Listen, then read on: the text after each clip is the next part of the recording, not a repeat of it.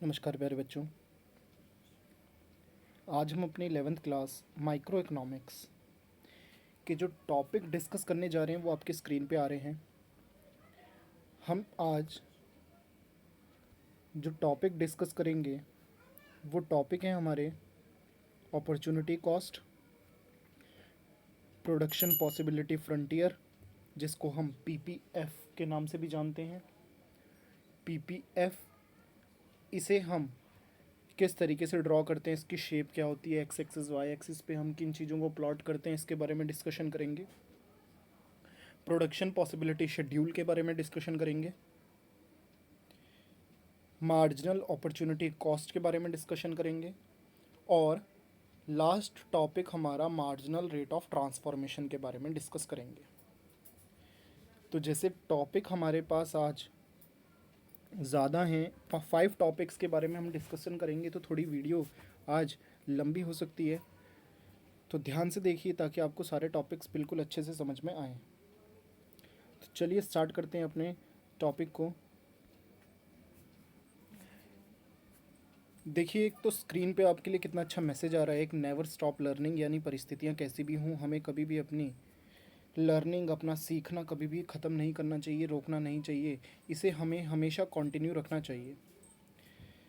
चलिए इस मैसेज के साथ अपनी टॉप वीडियो को शुरू करते हैं। देखिए, अपॉर्चुनिटी कॉस्ट क्या होता है? Opportunity cost is the cost of next best alternative foregone.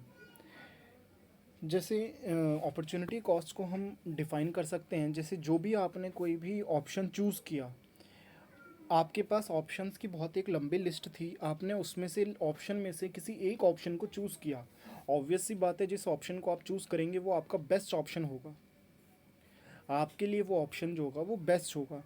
लेकिन अगर आप उस ऑप्शन के बाद सेकंड बेस्ट ऑप्शन के बारे में अगर देखने का प्रयास करें, तो वो जो सेकंड ऑप्शन आपका बेस्ट होगा उसको आपने फॉरगॉन किया, यानी कि छोड़ा।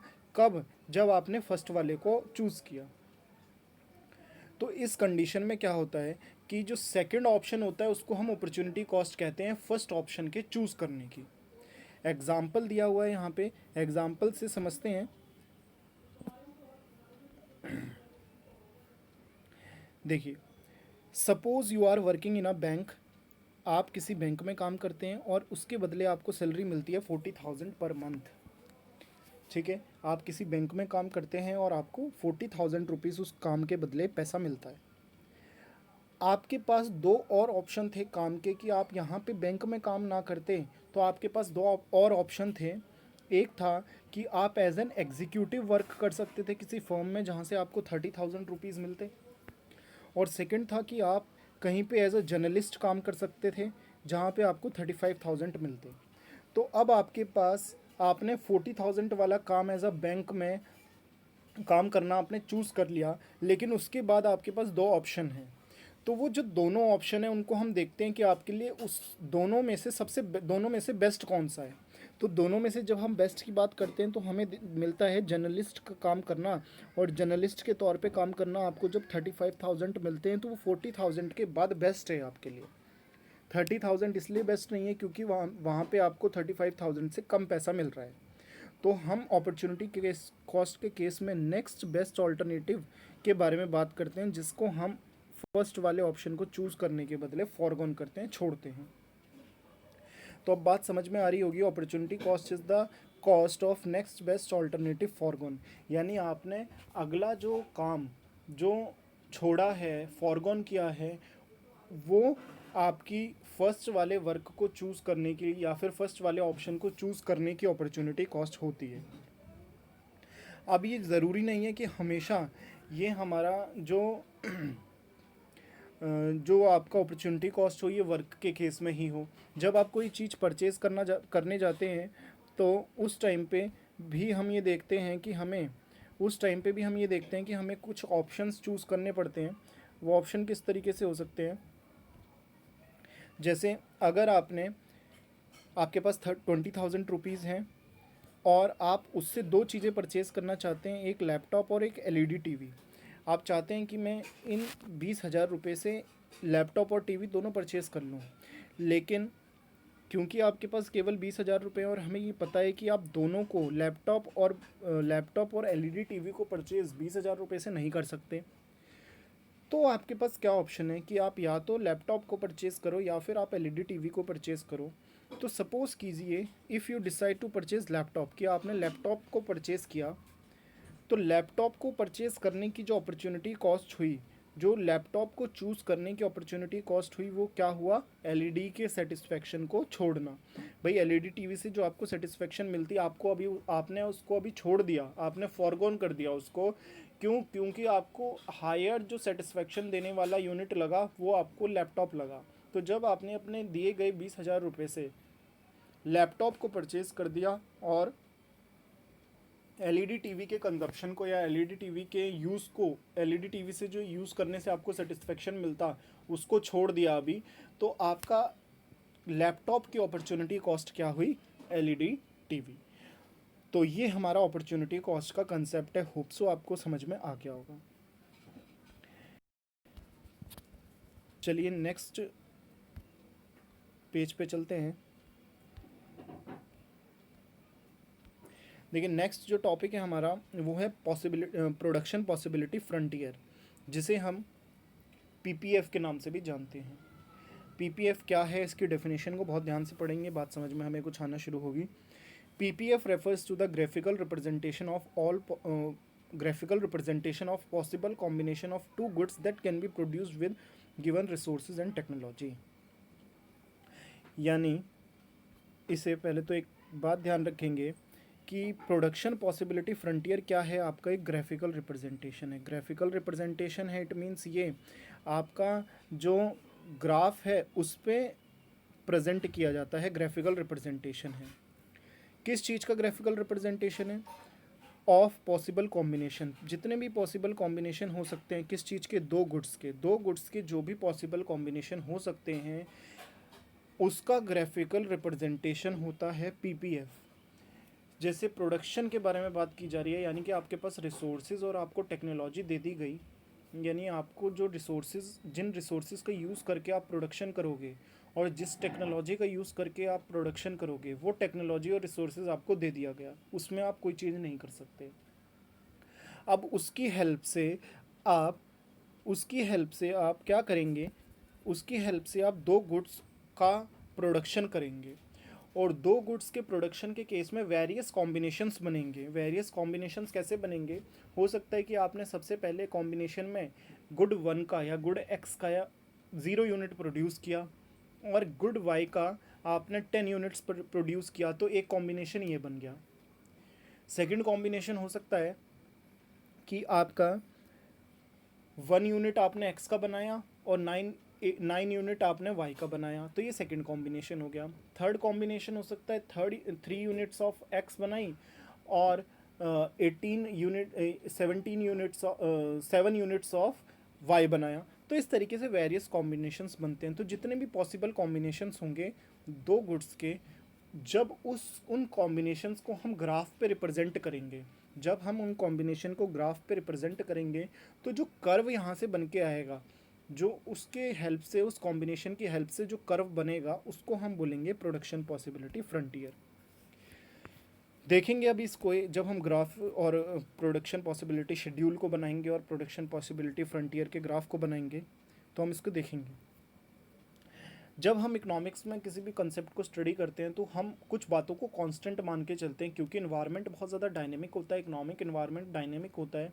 अगर हमने कुछ उन बाकी रेस्ट ऑफ द चीज़ों को आपने कांस्टेंट नहीं माना, तो आप जिस कंसेप्ट को स्टडी करने जा रहे हैं उस कंसेप्ट में आप वो रिज़ल्ट नहीं मिल पाएगा जिस रिज़ल्ट को आप देखना चाहते हैं, या जिस चीज़ के इफ़ेक्ट को आप देखना चाहते हैं वो इफ़ेक्ट आपको नहीं समझ में आएगा। तो इसीलिए हम क्या करते हैं कि कुछ चीज़ों को कांस्टेंट मान के चलते हैं, तो वो उन्हीं को हम एजम्पशंस कहते हैं। इसीलिए जितने भी इकोनॉमिक्स में कंसेप्ट आते हैं, मैक्सिमम या सभी कंसेप्ट्स में हमारे एजम्पशंस होती हैं। तो एजम्पशन क्या है पीपीएफ की? पीपीएफ की एजम्पशंस है कि रिसोर्सेज जो आपको दिए गए हैं, जिनकी हेल्प से आप दो गुड्स का प्रोडक्शन कर रहे हैं, वो आपका कांस्टेंट है, यानी कि उसमें कोई भी ना तो इंक्रीमेंट आप कर सकते हैं, ना ही उसमें कोई डिक्रीमेंट आप कर सकते हैं। लेकिन रिसोर्सेज को आप एक गुड से दूसरी गुड पे ट्रांसफ़र कर सकते हो, क्योंकि आप दो गुड्स बना रहे हैं। तो आपने मान लीजिए एक्स यूनिट को कम बनाना है और वाई यूनिट को ज़्यादा बनाना है, तो आप एक्स के रिसोर्सेज को वाई में शिफ्ट कर सकते हैं। ऐसा हम पीपीएफ के कंसेप्ट को पढ़ते टाइम पे हम मान के चल रहे हैं, सोच के चल रहे हैं, एज्यूम करके चल रहे हैं। लेकिन जब आप एक रिसोर्स से दूसरे रिसोर्स पे जाते हैं, जब आप एक कमोडिटी के प्रोडक्शन से दूसरे कमोडिटी के प्रोडक्शन पे जाते हैं, तो आपका क्या डिक्रीज़ हो जाती है? एफिशिएंसी। अभी एफिशिएंसी क्या होती है? आप मान के चलिए जैसे एक्स कमोडिटी की जगह हम मानते हैं कि गन, कोई प्रोडक्शन की जा रही है गन की, और वाई प्रोडक्शन की जगह मान के चलते हैं बटर की। अगर कोई लेबर गन बनाता है तो उसको गन अच्छे से बनाने आती है, लेकिन अगर वो उसको हम गन की प्रोडक्शन से शिफ्ट कर दें बटर पे, तो हमारे अजम्पशन के अकॉर्डिंग हम शिफ्ट कर सकते हैं। लेकिन जितने अच्छे तरीके से वो गन बना पाता था, उतनी ही एफिशिएंसी से वो बटर नहीं बना पाएगा, यानी उसके प्रोडक्शन की एफिशिएंसी यहाँ पे आके रिड्यूस हो जाएगी। ये यहाँ पे हमने एजम्पशन ली है, यानी एजम्पशन क्या थी? रिसोर्सेज फिक्स्ड हैं, एक बात। दूसरी बात की यहाँ पे जो आपके रिसोर्सेज हैं वो एक यूज़ से दूसरे यूज़ पे ट्रांसफ़र किए जा सकते हैं, और लेकिन जब आप ट्रांसफ़र करेंगे तो उसकी वजह से एफिशिएंसी जो है वो डिक्रीज़ हो जाएगी। सेकंड जो एजम्पशन है उसमें क्या लिखा गया है? With the help of given resources only two goods can be produce. ये वर्ड्स लिखा हुआ है, यहाँ पे आएगा only two goods with the help of given resources only two goods. यानी हम यहाँ पे क्या बात कर रहे हैं कि केवल दो गुड्स आप बना सकते हैं, केवल दो गुड्स बना सकते हैं, और ऐसी एजम्पशन हम लेके चल रहे हैं। थर्ड जो एजम्पशन है वो बताती है कि the resources are fully and efficiently utilize. जितने भी रिसोर्सेज हमको दिए गए हैं वो सारे के सारे रिसोर्सेज फुल्ली यूटिलाइज और एफिशिएंटली यूटिलाइज किए जाते हैं। फोर्थ पॉइंट है the level of technology constant. जिस टेक्नोलॉजी को हमें यहाँ पे बात की थी कि टेक्नोलॉजी आपकी कैसी है? कांस्टेंट। तो ये हमारी प्रोडक्शन पॉसिबिलिटी फ्रंटियर के कुछ एजम्पशंस हैं।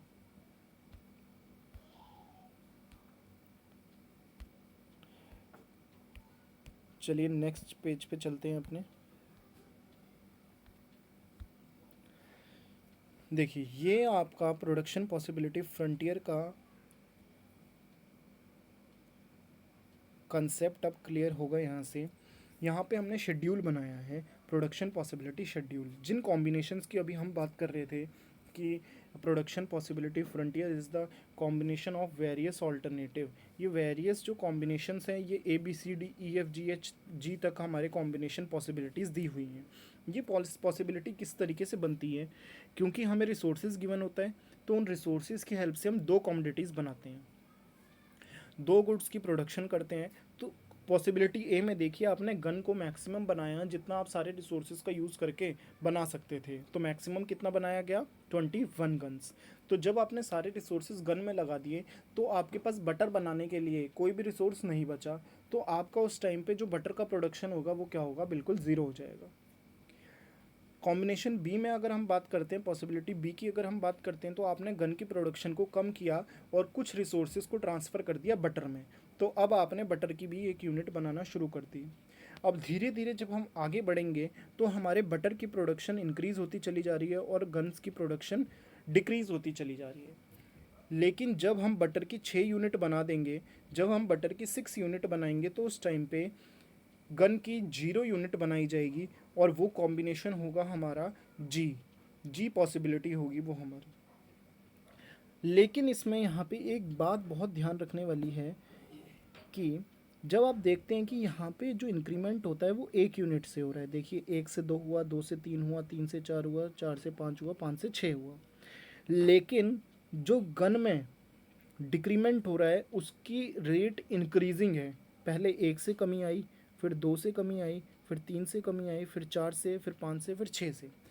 ये कमी क्यों आ रही है? इसके पीछे, इस कमी के पीछे जो रीज़न है वो यही है कि जब हम रिसोर्सेज को एक प्रोडक्शन से दूसरी प्रोडक्शन पे शिफ्ट करते हैं तो उसकी वजह से उनकी जो एफिशिएंसी होती है वो रिड्यूस हो जाती है। ठीक है, जो उनकी एफिशिएंसी होती है वो रिड्यूस हो जाती है। इसीलिए जब हम एक कमोडिटी की प्रोडक्शन को बढ़ा रहे हैं तो उसकी कंपैरिजन में ज़्यादा यूनिट में दूसरी कमोडिटी की प्रोडक्शन में डिक्रीमेंट हो रहा है। एक शेड्यूल यहाँ एक कॉलम यहाँ पे एमओसी का है, ये क्या होता है इसके बारे में भी बात करेंगे, और एमआरटी क्या होता है इसके बारे में भी अभी बात करेंगे। इससे पहले हम अपने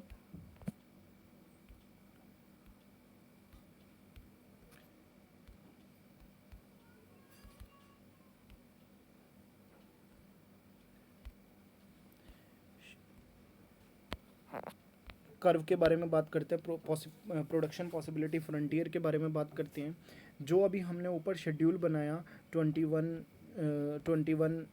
21 combination 0, 20 combination 1, 18 combination 2, 15 combination 6, 11 combination 4, 6 combination 5, 0 combination 6, यही इसको हमने यहाँ पे प्लॉट किया। और इसकी कुछ जो जब आप स्केल का यूज़ करके बनाएंगे तो कुछ इसका जो शेप आएगा इस तरीके से आएगा, इस तरीके से शेप आएगा। इसकी शेप कैसी है या इसके क्या फीचर्स हैं इसके बारे में भी हम नेक्स्ट वीडियो में बात करेंगे। बस अभी आप ये देख लीजिए कि इस तरीके से इसकी जो शेप आएगी, इस कर्व की जो देखने में लगेगा ये इस तरीके से लगेगा। इसकी शेप कैसी है, कॉनकेव है या कॉन्वेक्स है, इसके बारे में हम नेक्स्ट वीडियो में बात करेंगे। तो ये हमारा जो कर्व यहाँ पे बनाया गया है, इस कर्व को हम कहते हैं प्रोडक्शन पॉसिबिलिटी फ्रंटियर। अब जो क्वेश्चन आता है वो इसके अदर नेम्स की हेल्प से भी आ जाता है। जैसे वो कई बार हमें प्रोडक्शन पॉसिबिलिटी फ्रंटियर ही नहीं बोलते, वो बोल देते हैं प्रोडक्शन पॉसिबिलिटी कर्व। तो आपकी जो स्क्रीन पे राइट साइड में दिखाई दे रहे हैं ये other names of production possibility frontiers हैं। कौन कौन से अदर नेम्स हैं ये? प्रोडक्शन पॉसिबिलिटी कर्व हो सकता है, ट्रांसफॉर्मेशन कर्व हो सकता है, ट्रांसफॉर्मेशन फ्रंटियर हो सकता है, प्रोडक्शन पॉसिबिलिटी बाउंड्री हो सकता है, या फिफ्थ इसका जो नाम है वो है ट्रांसफॉर्मेशन बाउंड्री। इन किसी भी नाम से क्वेश्चन अगर आपको आता है तो उनका सबका मतलब प्रोडक्शन पॉसिबिलिटी फ्रंटियर यानी कि पीपीएफ से ही है। चलिए नेक्स्ट पेज पे चलते हैं अपने।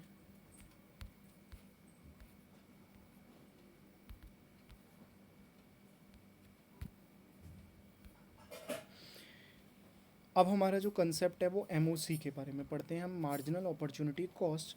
Marginal opportunity cost refer to the number of unit sacrificed to gain one additional unit of another commodity in case of PPF.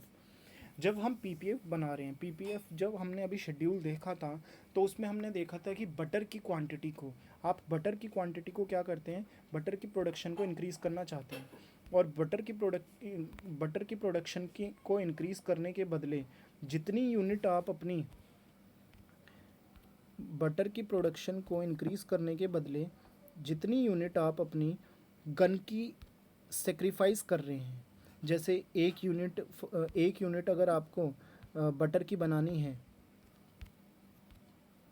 एक यूनिट अगर आपको बटर की एक्स्ट्रा बनानी है बी कॉम्बिनेशन पे, जब हमने ए कॉम्बिनेशन पे 0 बटर बना रहे थे, सेकंड कॉम्बिनेशन पे आपने 1 यूनिट बटर की बनाई, तो आपने कितना यूनिट गन का छोड़ा? 1 यूनिट। तो उस पॉइंट पे कॉम्बिनेशन बी पे आपका जो एमओसी हो गया वो कितना हुआ? 1 हो गया।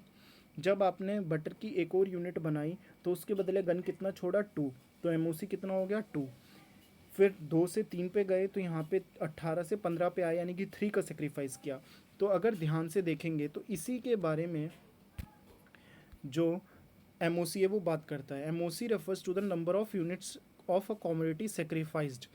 उन number of unit of commodity के बारे में जो सेक्रीफाइस आपने की है एक एडिशनल यूनिट को गेन करने के बदले, यानी एक एडिशनल यूनिट को गेन किया, उसके बदले आपने जितनी भी नंबर ऑफ यूनिट्स को सेक्रीफाइस किया है दूसरी कमोडिटी का, उसको हम मार्जिनल अपॉर्चुनिटी कॉस्ट कहते हैं।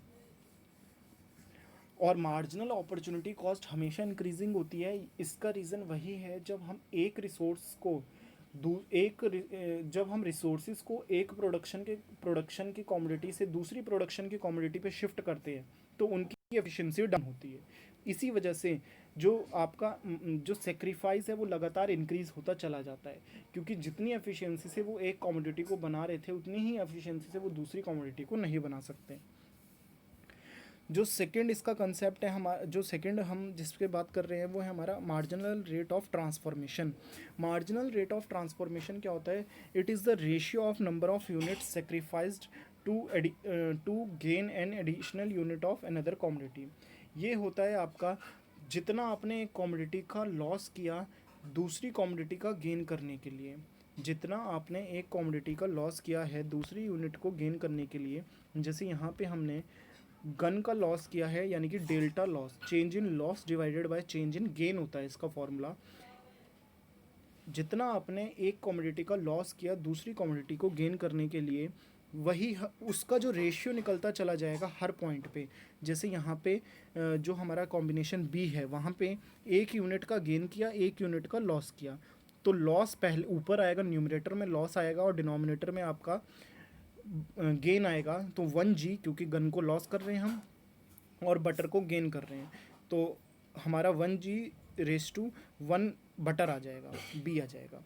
और इसी तरीके से जब हम कॉम्बिनेशन बी की बात करते हैं तो एक यूनिट को गेन करने के लिए हमने बटर की एक यूनिट को गेन किया और 2 यूनिट ऑफ गन को हमने सेक्रीफाइस किया, तो जो रेशियो बन गया हमारा 2g/1b बन गया। इसी तरीके के आगे के रेशियो भी हमारे बनते चले जाते हैं। तो ये क्या है हमारा जो प्रोडक्शन पॉसिबिलिटी, जो हमारा मार्जिनल रेट ऑफ ट्रांसफॉर्मेशन है जिसको हम MRT कहते हैं, वो रेशियो है। किसका रेशियो है? डेल्टा लॉस अपॉन में डेल्टा गेन का, चेंज इन लॉस अपॉन में चेंज इन गेन। ये चेंज कब हो रहे हैं? जब हम एक रिसोर्सेज को जब हम रिसोर्सेज को एक प्रोडक्शन से दूसरी यूनिट की प्रोडक्शन में। तो ये था हमारा आज के टॉपिक्स, आज की वीडियो जिसमें हमने देखा अपॉर्चुनिटी कॉस्ट क्या होती है, प्रोडक्शन पॉसिबिलिटी, फ्रंटियर क्या होता है और उसके अदर नेम क्या होते हैं। फिर हमने देखा इसमें प्रोडक्शन पॉसिबिलिटी शेड्यूल क्या होता है। प्रोडक्शन पॉसिबिलिटी शेड्यूल के बाद में हमने मार्जिनल अपॉर्चुनिटी कॉस्ट और मार्जिनल रेट ऑफ ट्रांसफॉर्मेशन के बारे में जाना।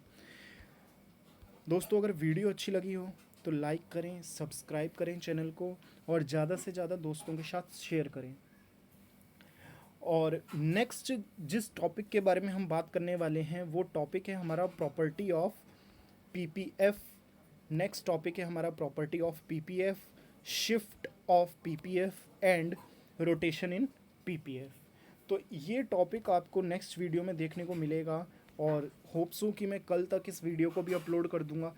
तो आप उस वीडियो को देखने से पहले इस वीडियो को बहुत अच्छे तरीके से समझ लें, नोट्स अपने बना लें और साथ साथ जो इम्पोर्टेंट बातें भी बिना स्लाइड्स के बताई जाती हैं उनको भी आप नोट करते रहें। बहुत बहुत धन्यवाद।